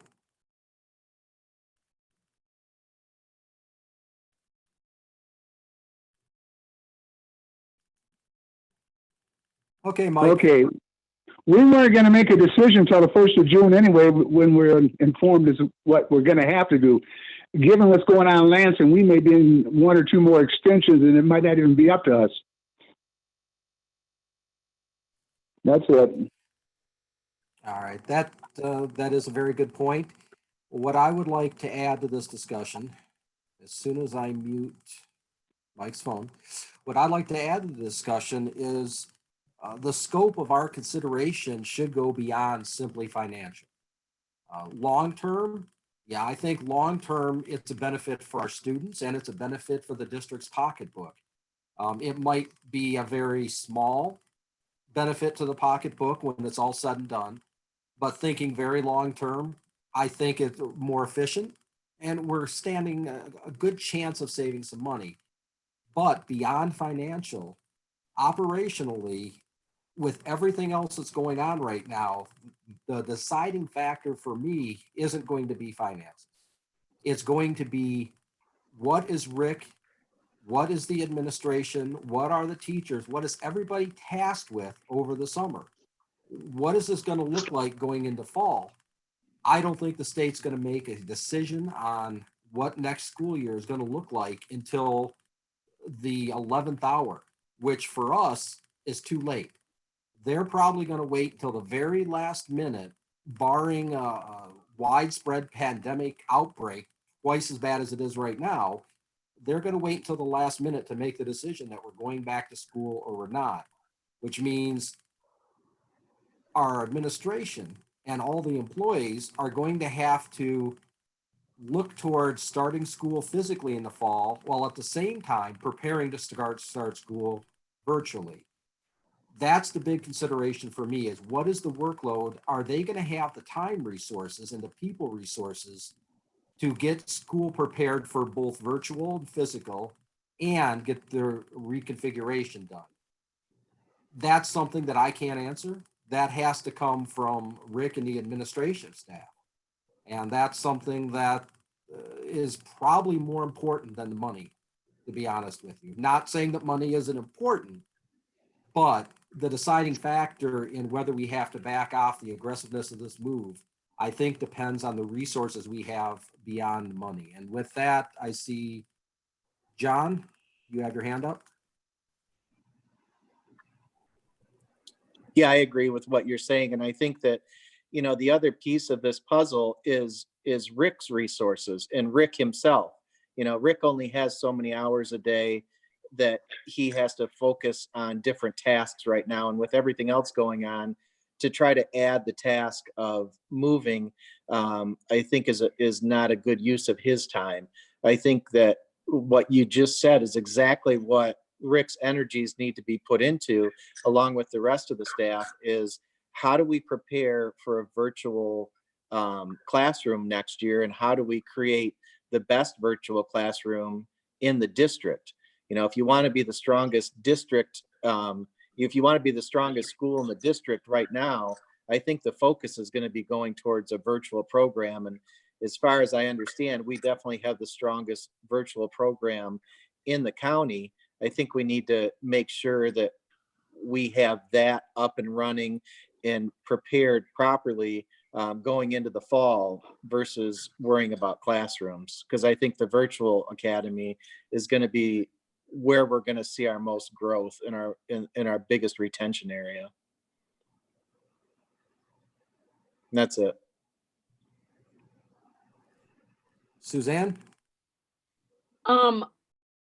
I personally think we might see a few more virtual, but I think this thing is going to blow right over, and it's not realistic to have like all virtual. So we already do a great job with virtual. I think we should prepare physically and virtually for both, but we can't prepare physically if we can't even make a simple move. I mean, I don't know if it's only $100,000 and we're not doing ripping out floors and we're just moving and people show up to a different building.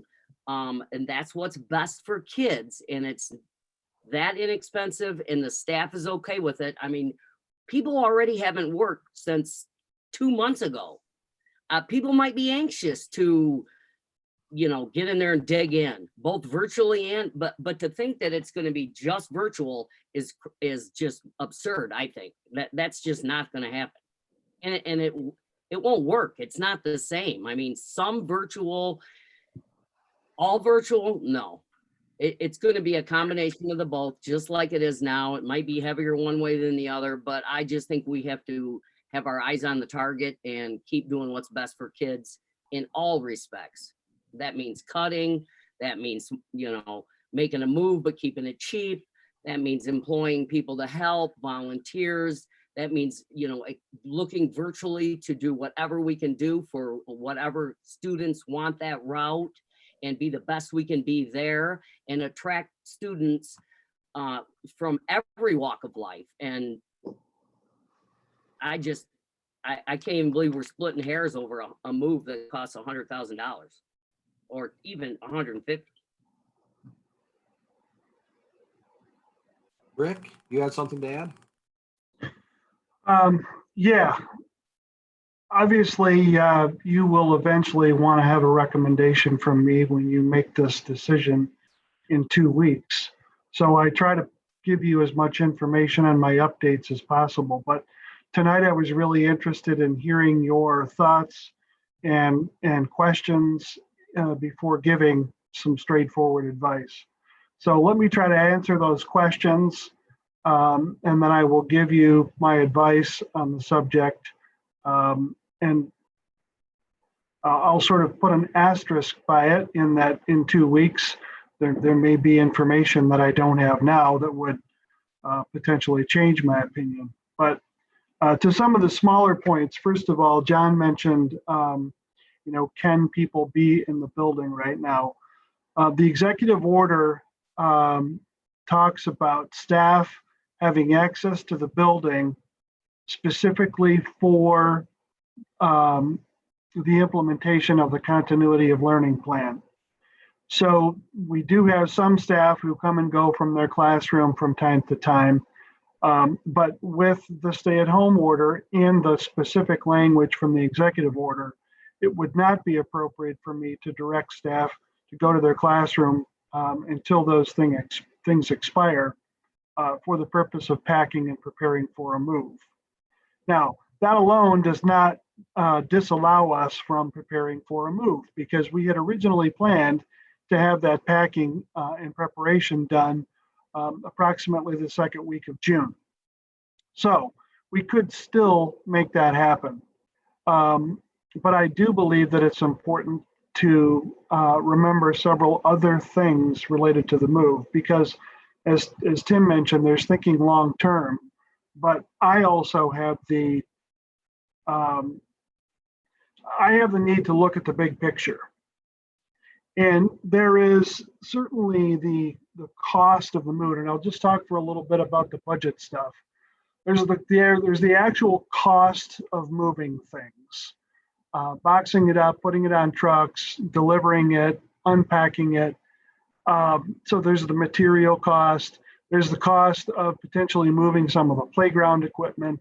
You mentioned painting and some of the flooring that we were going to redo. Some of those things could be deferred.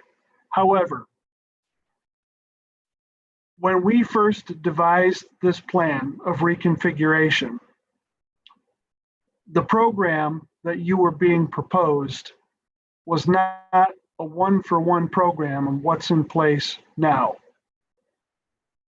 The reconfiguration program, in order to deal with equity in the contract for planning time and for curriculum delivery, was, and Nikki took good notes on this as we had our discussions over the winter, it was potentially going to add about $600,000 to the budget.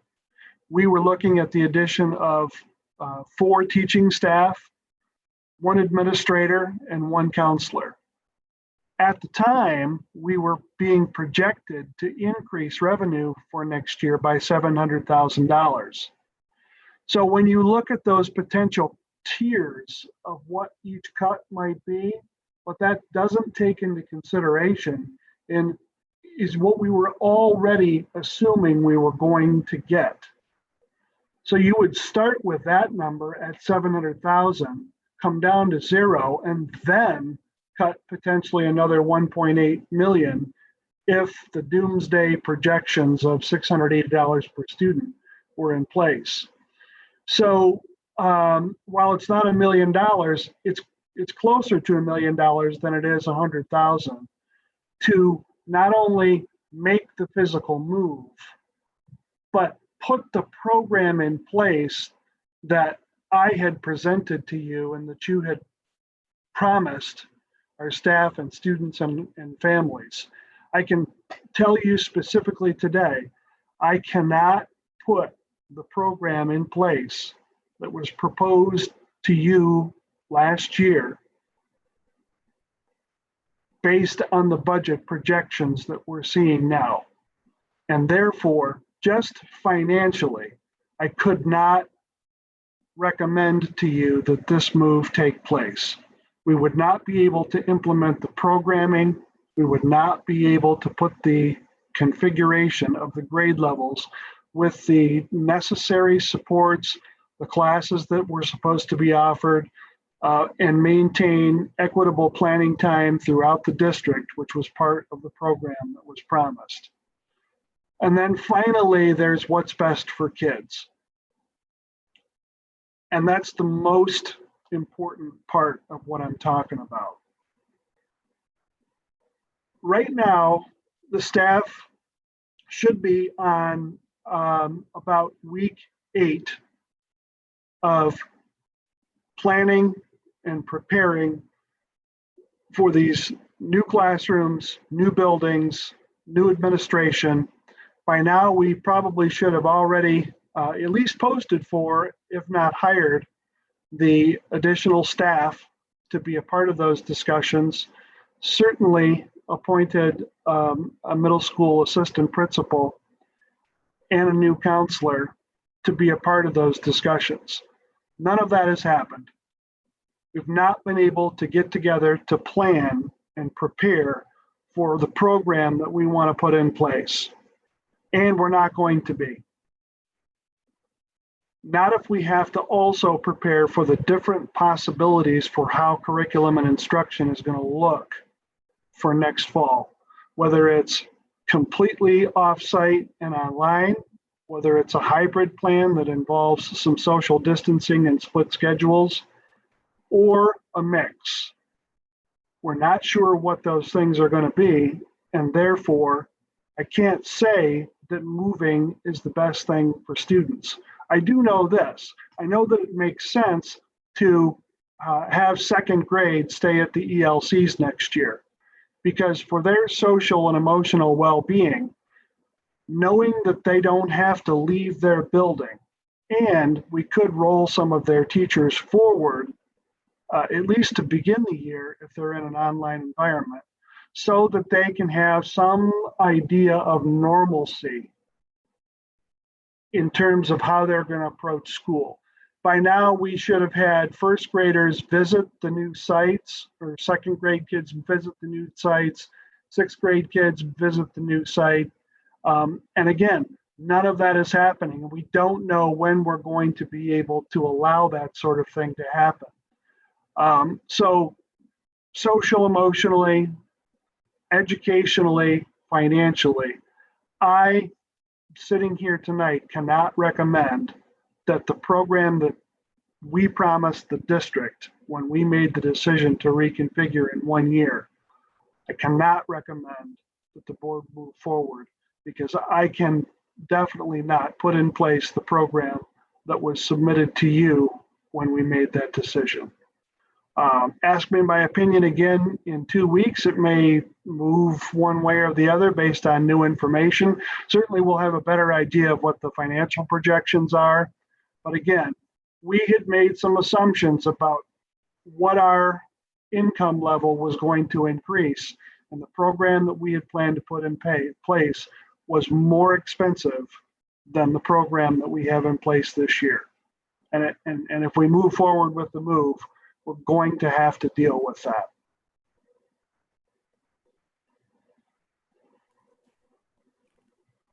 Thank you, Rick. Any further discussion on the district reorganization?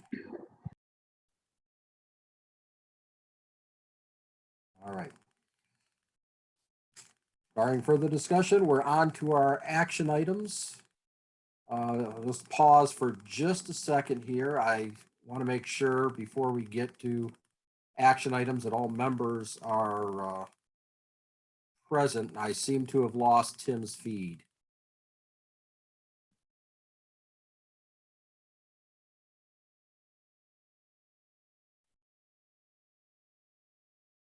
Tim, are you with us?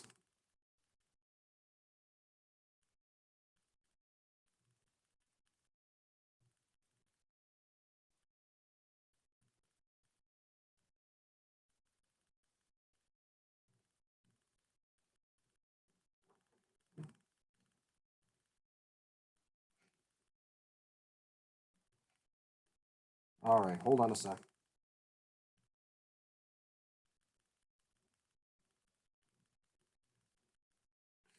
There's Tim. He's back with us.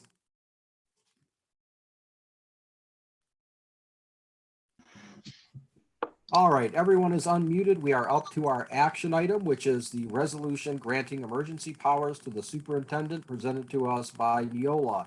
Could I get a motion on that resolution? Kevin, the resolution has old executive orders in it that have been rescinded. So this will have to be rewritten before we could actually approve this. All right, could I get a motion to then remove this from the action items and set it aside? So moved. Support. Roll call. Milt. Aye. Kevin. Aye. Mike. Aye. John.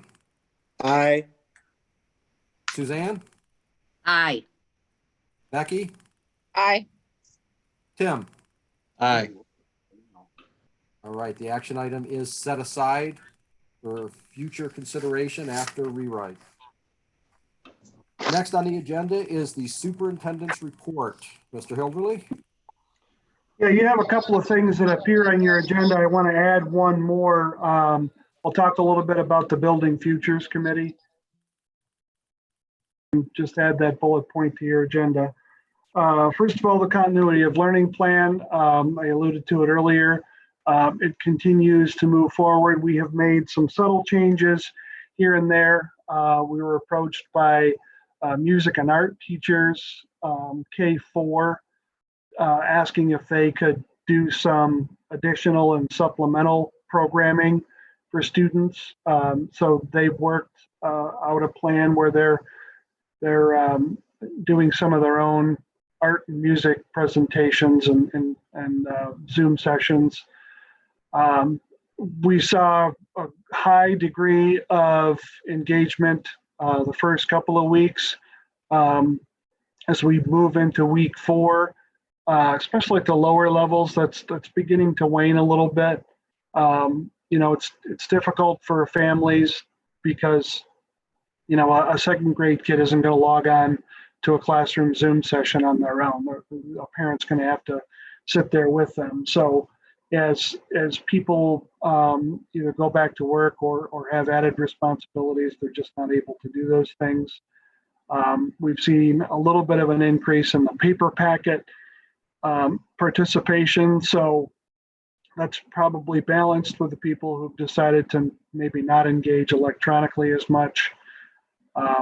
But in general, the core of what we had planned is moving forward. The feedback that I receive through the building administrators who get feedback from the classroom teachers is that the core of people are pretty satisfied with what we have offered. Some would like more, and some aren't engaging at all. But the core of people, in terms of the response from the staff that I'm told about, is that we're mostly on target. We'll continue to deliver those paper packets, although we expect that especially the ELCs, which gave out their package in a 7-week bundle, we don't expect that to increase, but the grade levels at Compass continue to produce things week by week. So we are continuing to do that, along with the food distribution at both South and the high school on Tuesdays and Thursdays. 2021 planning, it's been the topic of much of the discussion tonight. Lots of times in schools, we call this time of year a moving target. This year, I would call it an invisible target. We know that there's numbers out there, and we can guess at them, but this is the first time in my experience in education that there has been suggested amount of cuts that even the people who suggest them can't be clear or specific about what those cuts might be. I've never seen something come out from the State Department of Ed or from the professional organizations to say you should plan for these 5 or 6 different levels of cuts. So it's unprecedented.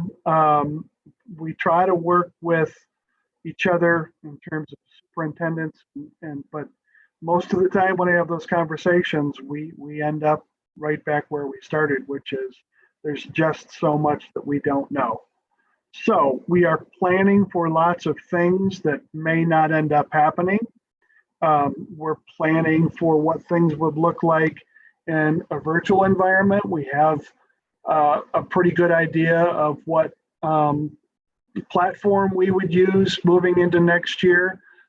We have an idea of how we could get training for that.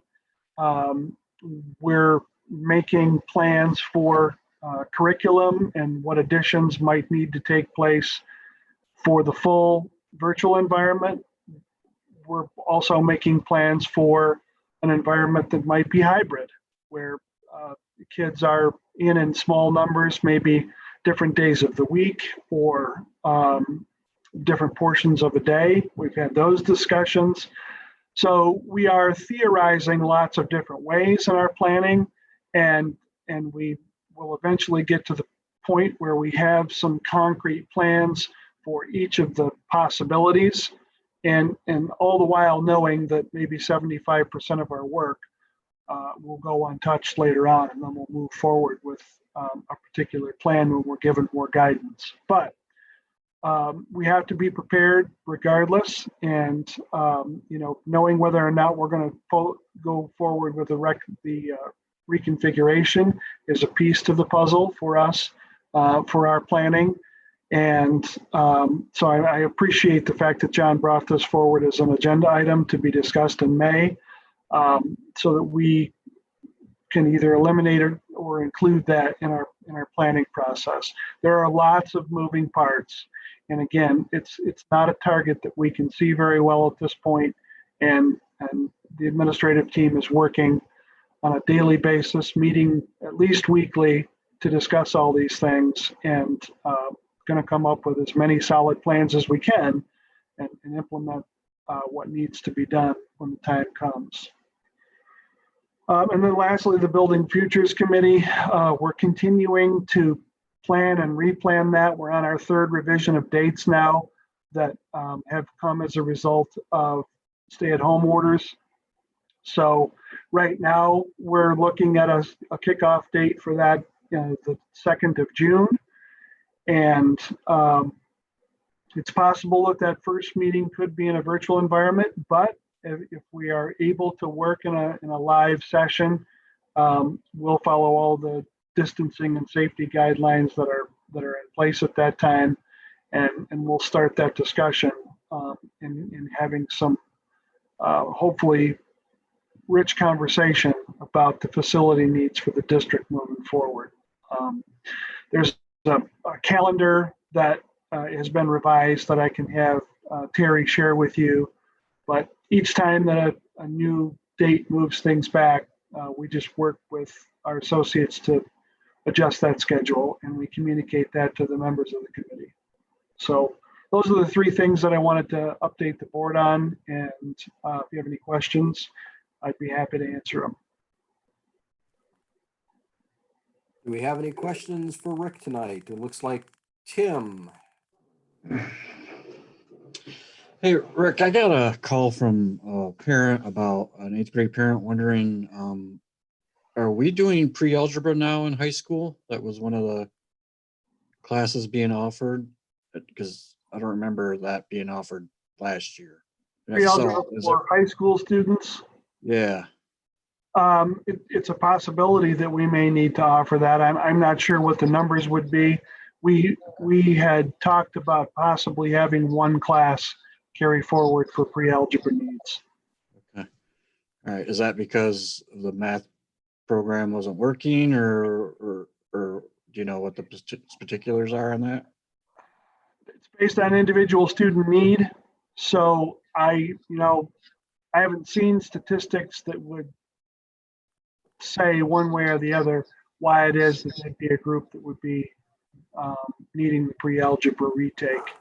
Okay. The cause is, at least to me right at this time, unattributed to any factors other than student need. Okay. All right. Is there any, can we get a report of like the new program versus the old program to see how the student growth was? Because they were, I think they were ran in this, one was ran in one STEAM center and it wasn't ran in the other or something. I have asked the math department heads to make a decision about their curriculum needs moving forward. So they will be coming to the board probably the first June meeting to talk about the program needs, and they can be making some comparisons at that time. My direction to them was to pick a standard curriculum that we're going to follow and enforce, and that at that time all levels will be in compliance. Okay. Okay. Yeah, I'd like to see the new program that we use, data on that compared to. Yeah, it'll be a little bit tough to compare apples to apples only because of this goofy situation we're in. We don't have a full year of comparisons that we can make. But well, we'll be able to see the growth. We'll be able to see the some pretty good growth from the beginning of the year until the time that we were shut out, and they'll definitely want to present that when they come to the board. Yeah, because we got the NWEA data from the fall and you had fall and winter. You just didn't have spring. Right. There's usually a dip between fall and winter, and then a resurgence in spring. So the numbers may not even be as strong as you would want them to be, but we'll definitely have them present that information. Okay. All right. Thank you. John, you have something to add? Rick answered my question. I was under the impression last year when the math department put all that time and effort over the summer into this program that it was the standard curriculum for everyone throughout the grade, 6 through 12. So I guess I was surprised to understand that there not everyone was on the same page with the math curriculum last year. And I want to make sure going forward that we're all on the same page with all our agree. curriculums. Yeah, honestly, I haven't known how to enforce curriculum in the math department, but that won't be the problem moving forward. Perfect. All right, thank you. Anything else to add? Doesn't appear so. We're moving on to our consent agenda. Could I get a motion to approve the consent agenda? I hereby move to approve the consent agenda, which includes the following items. Minutes from the regular board meeting, April 13 of 2020. Minutes from the board policy committee meeting of May 5th, 2020. Minutes from the board budget committee meeting of May 6th, 2020. And the April monthly check registry. Second.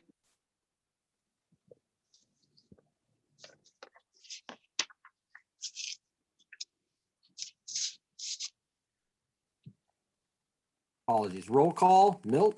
Aye. Kevin? Aye. Mike? Aye. John? Aye. Suzanne? Aye. Becky? Aye. Tim? Aye. The motion passes unanimously.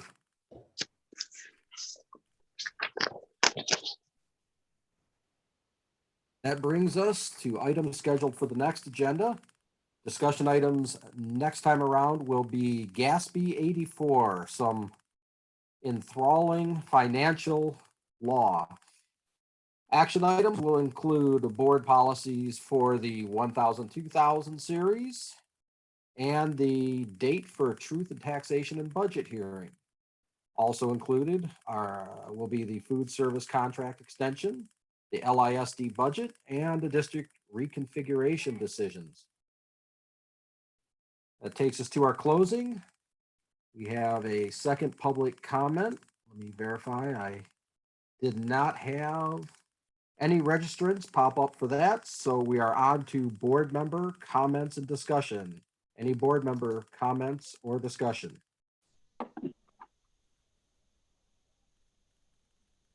All right then. Person again. Sorry. Say But again. I'm looking forward to being this person again. And I think we are all looking forward to chocolate chip cookies. All right, that brings us to an adjournment. Could I get a motion to adjourn, please? So moved. So support.